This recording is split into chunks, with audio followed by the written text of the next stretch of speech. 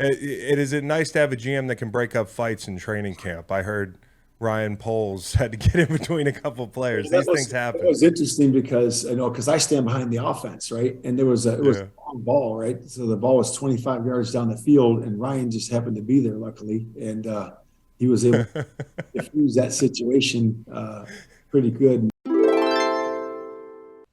Welcome to the show. I'm Chris Long, the host of Greenlight Pod. My brother Kyle Long will be joining me today for this interview with Matt Eberflus, head coach of the Chicago Bears. I love getting a head coach to spend some time with us during camp. These guys do not have a lot of time to waste, so I'm pretty cognizant of trying to get them in and out of the door. He gave us 25, 30 minutes. I'm pretty sure he had to go to a team meeting or something like that. Interviewing a head coach in the NFL is one of my favorite things because listen, they don't have time to waste. This is a serious job. So I'm very thankful to get the opportunity. And it's nice for once to be one on one with the head coach and not be in trouble. I feel like I'm in the principal's office, but I'm sitting in a different chair. And I want to shout out my brother Kyle Long for helping us get that interview. 7 years with the Bears, very well liked in that facility. It was cool to see the Zoom turn on and see the people on the other end that set this interview up still close with Kyle. A lot of the bonds you make in the NFL are great that way. If you're new, please stick around. If you're one of the locals, the day ones, we appreciate y'all. I'm sure you've already liked. I'm sure you're subscribed. But if you're new, stick around, and both of y'all, locals and otherwise, turn on your notifications because you need to know when we drop interviews like this. Enjoy the interview. I got one question for you, Bears fans. First off, you got to be excited. I think things are looking up. Maybe it's different this time. Love Justin Fields. Love the energy there. Hope you're happy this year. Hope you're a lot better. You know, you 3-14 last year. Coach Eberflus talks about this. Lost a bunch of one-score games, a bunch of games by 8 points or less. Teams improve every year in the NFL. So I ask you, Bears fans and otherwise, who's going to be the most improved team in the NFL this year? Please comment below. Let us know your opinion. And also, give us some fucking advice now and again. What do you like about the show? What do you want to see more of? Please, we appreciate it. So like, subscribe, notifications, comment as much as you want. We appreciate y'all. Really, really, really do. Hope you stick around if you're new. Coach Eberflus, Chicago Bears, bringing some excitement back to the Windy City. It wasn't like it wasn't exciting, Kyle. You were a bright spot, but I just love seeing the Bears with this level of excitement going into the season. Coach, my first question is not going to be football related. We hear you're a country music fan, Yes, and sir. on this show we do layup lines, so we pick a song at the beginning of every show.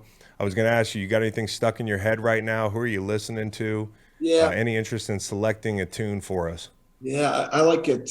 Right now, it's got this Stapleton thing going with me. Mm-hmm. And a lot of his songs, Broken Halo, and then Mm-hmm. uh, Starting Over. There's a bunch of things, Yep. because we got a Yep. season coming up, and those will be the two that come to mind right now. So I think starting over is pretty good. Coach, you got to check out the Steel Drivers. You got to get on your Spotify and go look at the Steel Drivers. It was stapled in before he was doing his solo act Okay. with a bluegrass band, and it's some of his best work. You might love that. So, and some of the O linemen on your team might It's appreciate it amazing. because I think he might have the aux cord at practice. How do you work that out? Kyle and I were wondering who gets to pick the music during practice. Well, the country music piece is easy because I have once a week I have country music day. So I'll do Friday. Like the first week it was Friday. This week it was Saturday. So, but the players know that I get one day of the week. So, but other That's than that, we good. have a DJ out there during training camp that's mixing up the songs and doing different things there. And then during the year, we just kind of mix it up as we go during the season. Coach, it's been 30 years, man. There's a lot of young coaches that get hired and that sort of thing. You're a young guy, but you're like an elder statesman compared to some of these new hires. Like 30 years, I know how hard it is to coach in the NFL just from seeing y'all do it. Is there a waiting game you're playing during that 30 years, or was your mindset, hey, I'm going to coach to the best of my abilities and take the opportunities as they come?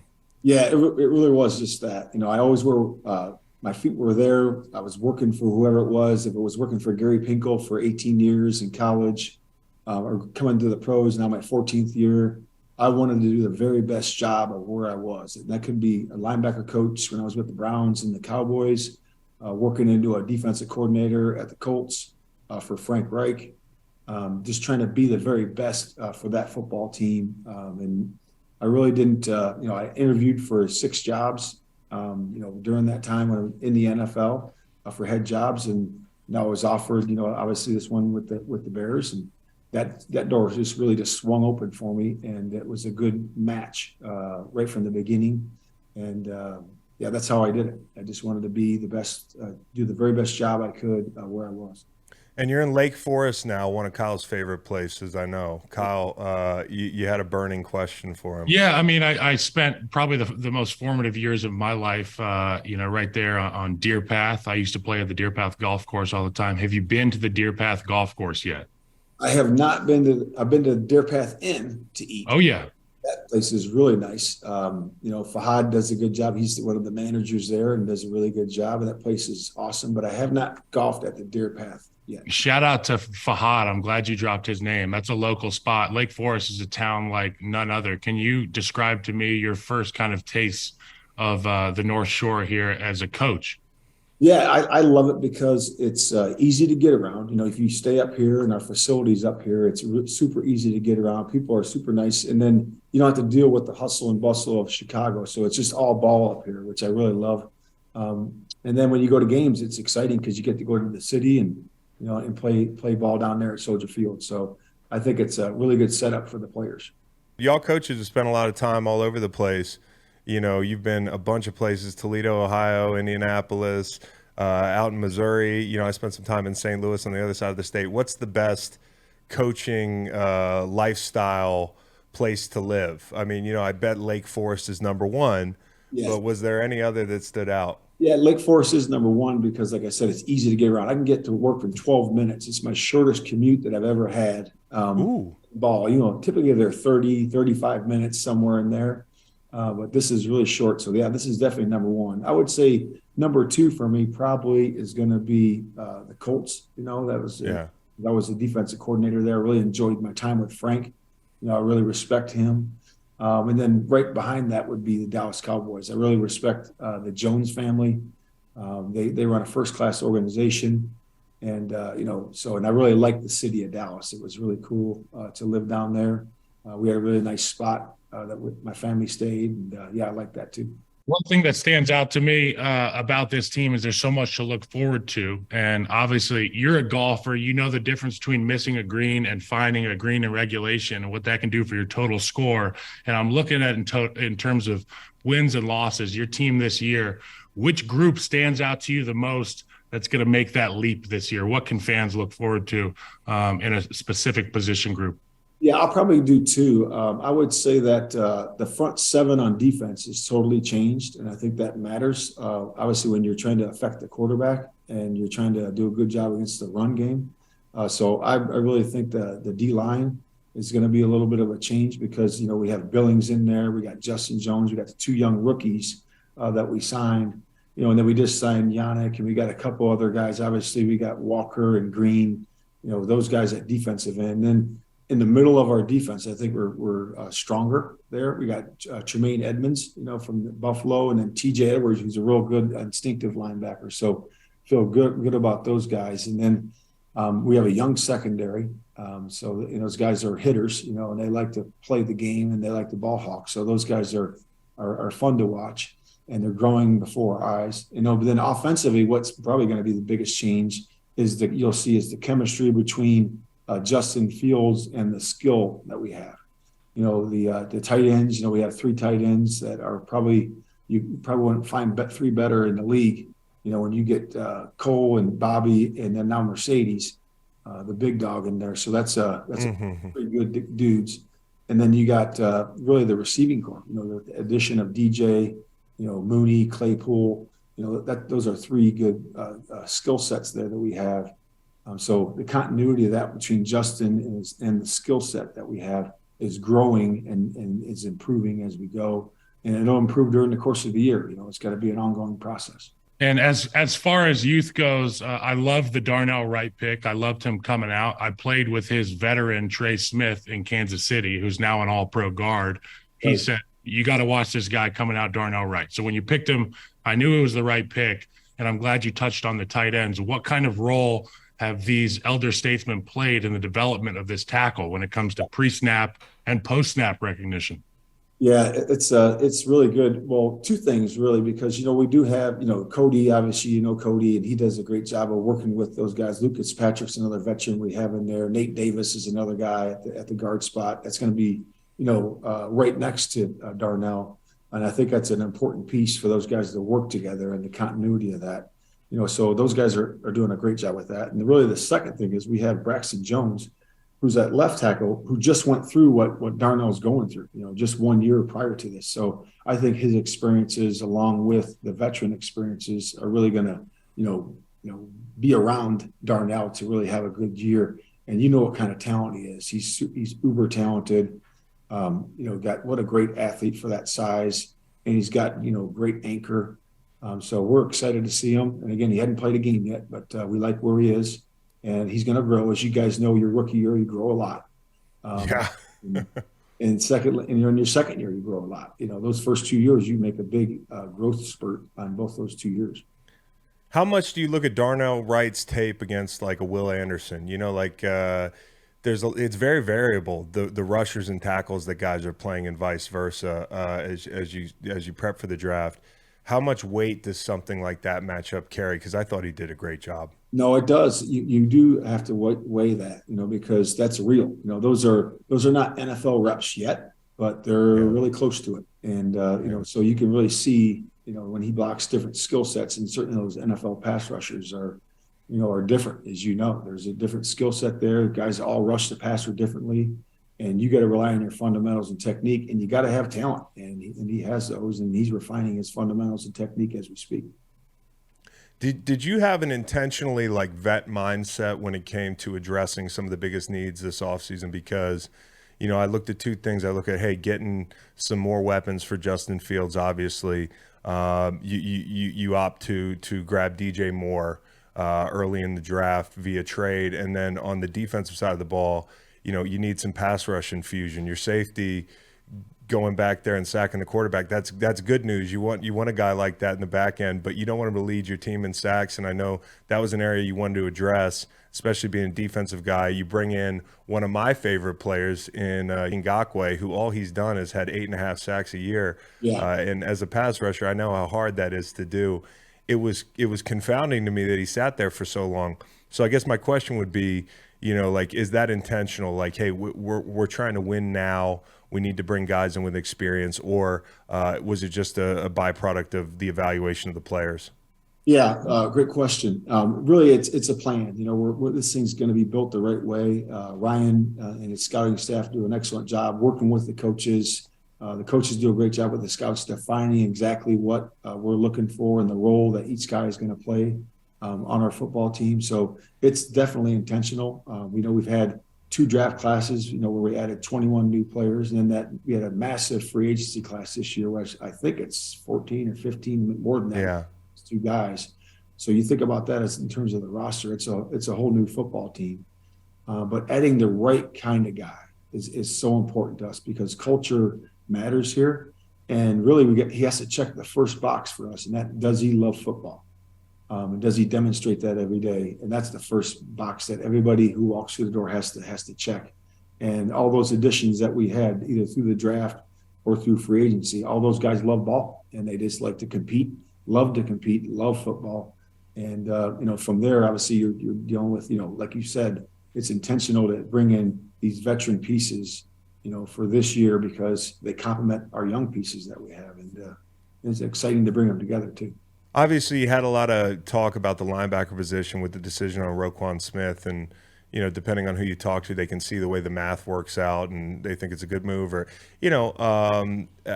Tremaine Edmonds, really good player, very long guy, and one thing that stood out to me in looking at your resume and the players that you've coached is Darius Leonard, Shaq Leonard in Indy. I mean, not the heaviest guy, but a guy that's got great wingspan, can disrupt the football in the air, good in coverage. Is that something that you kind of model your linebackers after, certain traits, or do you just look at it like, hey, the linebacker position, it depends on the individual, or do you have kind of a trait cheat sheet, so to speak? Yeah, so really the thing that we look at is we love the length. Okay, we look at lean mass. We look at those types of things because that really determines how the player is going to operate.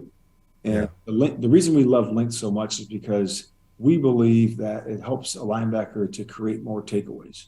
So Mhm. he's in windows. He's closer to the ball to create a caused fumble. He's closer to it to intercept the ball, and to elevate and close windows off and really do a great job with, recovering fumbles because, you're just longer and you're able to create more plays that way. And then twofold, you're able to stay alive in the play because we teach the techniques that we teach these guys. You have to be long to be able to keep these linemen off of us and Mhm. to be able to get to the ball to make the plays. And we always teach these guys, and boil it down as coaches because that's our job to be able to teach them their key reads and their fundamentals so they can play super fast. And that's what Yeah. we want to do. And that's what we did with Shaq Leonard. And Shaq did it himself, obviously, and he's a heck of a player. And I'm looking forward to him having a great year this year. And I wish him the best of luck because he's one of my guys. But back to Tremaine. Tremaine's doing a really good job of buying into that. And he certainly has all those traits. And we're looking for a big year. When it comes to the nickel position, you're somebody who's seen it kind of all. You've seen this whole metamorphosis from like guys, being in base constantly, big linebackers, the whole thing to we got to draft 3 starting caliber corners at some point. We need these guys on our team. Like, at what point did the game change to where you had to not only prioritize the nickel position, but then dive into what makes a nickel good and what is it that makes a nickel good?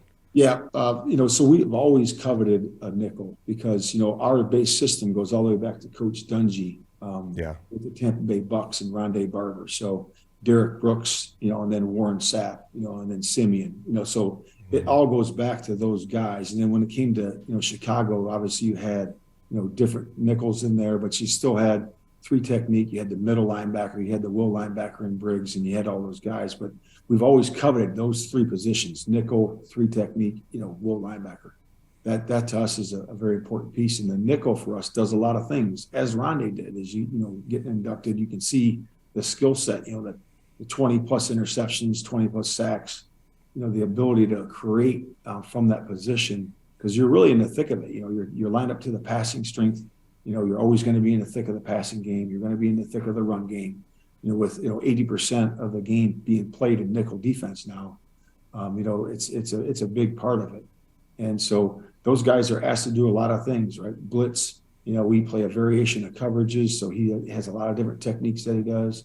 And that guy should be a lightning bolt. This guy should be a person that is a electrifier in terms of multiplier of your football team with the plays that he's making.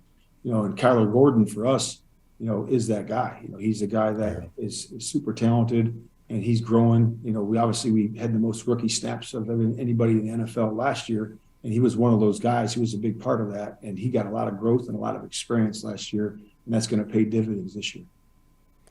Coach, one game that we all watched last year, where you guys are on that big stage. I know it's like to be on a team where you don't get the primetime opportunities because you're building something.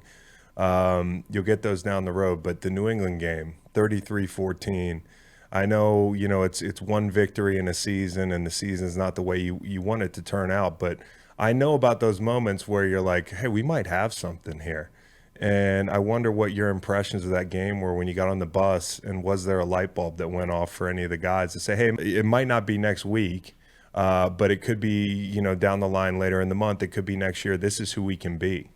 Yeah, that was an exciting game for us for sure. Like you said, it was only one game, but it was exciting because we had it on Monday night. And, the guys really came together, and we talked about last year how difficult it was. We talked about building, the championship habits it takes to get the job done. And the guys bought into that. And what I'm most proud about for them last year is that they held to that the entire year. And that's why we were in every single game. We lost those games by 1 score, 8 of them, so adding the talent and keeping that championship work habits at week in and week out, those are all going to pay dividends. But to go back to that game, it was a fun game because to me, it was like almost a glimpse into how it should be and how it's going to be. So we're excited to work towards that. And the NFL is hard. It's a difficult league. and we're going to have to bring our best every single week to challenge our opponent. Well, it's just one of those games where you're like, okay, they're going up there to New England. It's Bill Belichick. They got weather. I've been up in New England where Bill's pouring Ugh. water on the ball and shit like that. Like this is their backyard, and it's what they love doing, playing in the weather and playing on the road and winning on the road is such a great experience for a young team. I thought that was great and a great experience for Justin Fields because he was really good, and I thought Luke Getsy had a great game that evening, and I thought he did a nice job last year. Let's talk about. I think we broke a record here, waiting the longest to ask you about Justin Fields in an interview, but he's a guy that we both like. We've never jumped off the bandwagon. What was your favorite play that Justin Fields had last year? It might have been a little thing. It might have been a big highlight reel thing. What was your favorite Justin Fields moment? Yeah, there was a lot of them. Some of those long runs that he broke out was I was most amazed by those. I didn't know that. When you guys know that you have this thing called game speed, right? You have time speed and game speed, and he's as fast as he needs to be. So Yeah. That's exciting to watch. But really, just to see the growth, of him really grow in the offense through last year into the offseason, and now we're at the spot where he is now. And it's really exciting to be able to see him grow and trust, and work with the offensive staff, with his teammates, with the receivers, with the skill set, and just continuing to watch that grow. And again, we have a long way to go. We're only through the first part of training camp, and we're preparing for that first preseason game, and then working to our first game. But the progress is there, and we're excited where it is. How do you, I mean, I know Justin's one of these guys and he's old school in a way, which is why I really like him because he seems like a great kid, humble, the whole thing. But the new school aspect of it is like now these guys have their own gurus. They have quarterback coaches that they work with in the off season. And I'm just curious to ask a head coach, like, how do you and Luke make sure that everybody's on the same page? Because, when you leave, you might be building great habits, but unless Luke and you know what those habits are, it can be disruptive to the process. How do you guys stay on that same page? Yeah, I just think it's communication. You are just, open, upfront, and honest as that player-coach relationship. And I think that the relationship between Justin and I is huge because it's the quarterback and head coach, and as important as the offensive coordinator, being on the same page with him. And we just have the same, mentality that, hey, everything's up on the table. We're going to communicate that way, and it's always going to be that way. And we're never going to catch anybody off guard, and we're always going to be forthright with our communication. Talking about communication, Ryan Poles is a guy that I got to meet while I was in Kansas City. I had broken my leg, so I was in the training room and in the weight room a lot during camp, and I got to know Ryan. And I didn't realize at the time that he was going to be headed to Lake Forest. But, seeing his face a lot recently, how's the communication been with Ryan Poles, and what's it like to have an offensive lineman be a general manager? Yeah, it's really been good. So we spend time and attention, making sure that we're always communicating and building our relationship. So we started to do things together as my wife and his wife as a couple, going out to dinner, going to various places, when we're at the owners' meetings and that type of stuff. And then really building that relationship. Him and I golfed several times this summer. We thought that was an important piece to be able to spend time outside of work, in the cart together, talking ball sometimes, talking just about life or talking about our families and just enjoying the game, of golf out there together. So that was really cool to be able to do that. We're going to continue to do that. And your second part of your question is it's really cool to have an offensive lineman because when I was playing as a linebacker in college, the guys I hung out with were always the O lineman and D lineman. That's where I gravitated. So it's pretty cool to hang out with an ex-O lineman because he sees the game from the front, and obviously he sees it, all over, front and back. But he loves to have the trenches, and that worked out. And he believes in you win up front and you win with the offense and defensive lines. And we're building that. Again, it can't be built all in 1 year and 1 day and all those things. And he's working diligently to do that. And he's done an awesome job with these first two draft classes in this last free agency class. So it's super important to remember that Patrick Mahomes isn't the only guy on the Chiefs. Creed Humphrey's playing center, Trey Smith, Joe Tooney, Orlando Brown last year. these are the guys that make the thing go. So I'm glad that It's nice to have one in a suit. I'm glad that there's a I don't know if you 300 can pounder fit in a tailored and be a suit. GM. Is it nice to have a GM that can break up fights in training camp? I heard Ryan Poles had to get in between a couple of players. These things happen. It was interesting because I stand behind the offense, right? And it was a long ball, right? So the ball was 25 yards down the field, and Ryan just happened to be there, luckily, and he was able to diffuse that situation pretty good. And then I went over and talked to the guys afterward, between the next periods, and said, "Hey, if you do that again, I'm going to throw you out of practice because that's what's going to happen in the game. And Yeah, we can't have that type of behavior."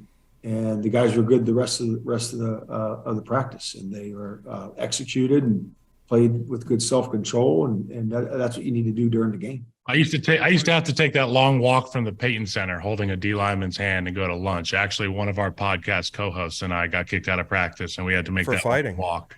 Yeah. Hey, one more minute with Coach. I've got two quick questions for you. One, can you give a little love to my guy, Ian Yates Cunningham, my college teammate, who I think does a fantastic job and loves working with Ryan Poles and you. And he interviewed for the job in Arizona. And he said, "Hey, I want to stay here." Yes. Because you guys are building something special. Can you talk to people about Ian and what goes on behind the scenes? It's not just Ryan; it's a whole group. Yeah, it really is. Ian is wonderful. He is a great teammate to have for our franchise. And man, he is so smart. What a great talent evaluator he is.